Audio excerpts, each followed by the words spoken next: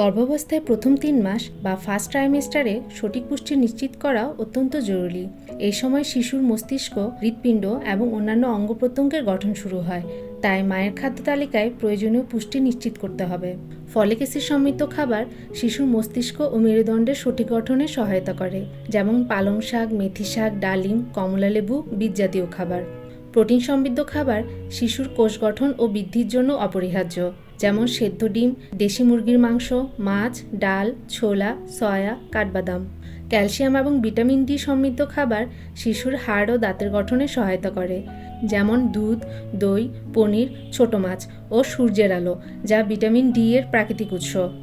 Iron সমৃদ্ধ খাবার মায়ের রক্ত স্বল্পতা প্রতিরোধ করে এবং শিশুর রক্ত সঞ্চালন উন্নত করে, যেমন লাল শাক, কচু শাক, কিশমিশ, খেজুর, রেডমিট, কলিজা।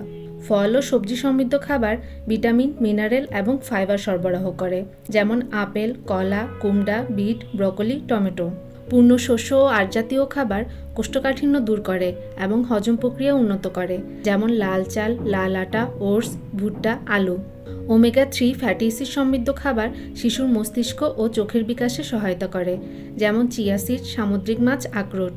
শরীর হাইড্রেট এবং রক্ত সঞ্চালন ঠিক রাখার জন্য প্রতিদিন অন্তত 8 থেকে 10 গ্লাস পানি অথবা চিনি ছাড়া তাজা ফলের রস খেতে হবে। ধন্যবাদ।